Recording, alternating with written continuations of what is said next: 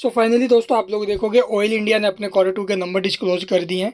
तो कैसे है रिजल्ट और साथ में क्या कुछ अनाउंस हुआ, तो यहाँ पर देखोगे कंपनी ने 3 रुपये पर इक्विटी शेयर से डिविडेंड का ऐलान किया है। और ये जो अभी 4 दिसंबर तक आई थिंक पे हो जाएगा, 15 नवंबर इसकी रिकॉर्ड डेट तय की गई है। तो चलिए अब देख लेते भी रिजल्ट कैसे हैं और इसका जो इम्पैक्ट है वो कैसा रहने वाला है। तो यहाँ पर देखोगे हम डिस्कस करेंगे इसके जो कंसोलिडेटेड स्टेटमेंट्स है इसको लेकर, all figure in rupees crore में है।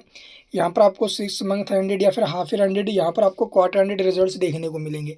अगर बात की जाए टोटल इनकम की या फिर टोटल रिवेन्यू, तो करंट क्वार्टर में जो टोटल इनकम है वो 8,886 करोड़ की, जो प्रीवियस क्वार्टर में 9,581 करोड़ थी और प्रीवियस ईयर के सेम क्वार्टर में 9,200 करोड़ की, यानी कि year to year and quarter to quarter इसकी इनकम में बड़ी डिक्लाइन हमें देखने को मिली। अभी हाफ ईयर में आप लोग इनकम कंपेयर करो तो इनकम में वहाँ पर जंप आया है। इसके अलावा आप लोग देखोगे इसके एक्सपेंस, यानी कंपनी ने जो खर्चे किए हैं भाई, तो करंट क्वार्टर में जो एक्सपेंस है वो कैसे हैं, 6,487 करोड़ के। प्रीवियस में क्या थे, प्रीवियस में 7,004 करोड़ के और प्रीवियस ईयर के सेम क्वार्टर में 6,071 करोड़ के, यानी कि एक्सपेंस जो है अभी ईयर टू ईयर बेसिस पर बढ़े हैं, बट क्यों ऑन क्यू बेसिस पर ये घटते हुए नजर आए हैं। और इसका जो इम्पैक्ट है वो यहाँ पर देखोगे जो इसका रिवेन्यू है, एक्सपेंस से तो आप लोग देखो ज़्यादा ही है रिवेन्यू, तो इसका मतलब कंपनी ने फिर से प्रॉफिट बनाया है। तो चलिए देखते कितना प्रॉफिट है। तो यहाँ पर आप लोग देखोगे प्रॉफिट फॉर द पीरियड अगर हम बात करें, तो कंपनी ने जो करंट क्वार्टर में प्रॉफिट बनाया भी वो है 2,069 करोड़ का। जो प्रीवियस क्वार्टर में क्या था 2016 और प्रीवियस ईयर के सेम क्वार्टर में 640 करोड़ का प्रॉफिट था। यानी कि ईयर टू ईयर प्रॉफिट्स आप लोग देखोगे 3 टाइम पर गए हैं और क्यू ऑन क्यू बेसिस पर जो प्रॉफिट है वो हल्का सा जंप में आया है, यानी कि है तो प्रॉफिटेबल ही रिजल्ट।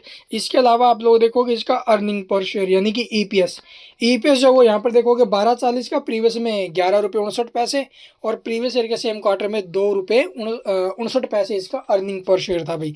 और इसका जो इम्पैक्ट है वो कैसा रहेगा, चलिए मार्केट एस्टिमेट से कंपेयर करते हैं और बाकी इसका मार्जिन वगैरह भी चेक करेंगे। यहाँ पर अगर बात करें ईपीएस की, तो ईपीएस आप लोग देखोगे 12 रुपये 40 पैसे आया है भाई, और एक्सपेक्ट किया जा रहा था 18 रुपये 75 पैसे का, यानी कि एक्सपेक्टेड से तो बहुत ज़्यादा कम है भाई ये। और रिवेन्यू की अगर मैं बात करूँ, तो रिवेन्यू फ्रॉम ऑपरेशंस कितना है 8,135 करोड़ का, और एक्सपेक्ट किया जा रहा था अभी 5,660 करोड़ के आसपास का, यानी कि एक्सपेक्टेड ईपीएस तो मिस हुआ भाई इसका, बट जो रिवेन्यू एक्सपेक्ट किया जा रहा था उसको इसने बीट किया है। ठीक है, इसके अलावा आप लोग देखोगे भाई यहाँ से तो ईपीएस तो ठीक है नेगेटिव गया है, बट इसका जो रिवेन्यू है वो तो पॉजिटिव है।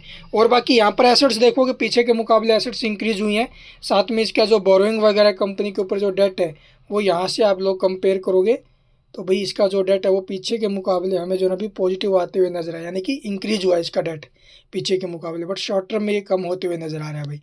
इसके अलावा ये जो है अभी कैश फ्लो स्टेटमेंट्स है इन्हें आप लोग एक बार देख लेना वीडियो को पॉज करके।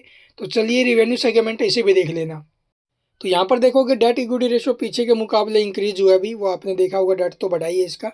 और जो इसका मार्जिन्स वगैरह वो यहाँ पर देखोगे। नेट प्रॉफिट मार्जिन्स की बात करें तो net profit margin year to year and quarter to quarter increase हुआ है।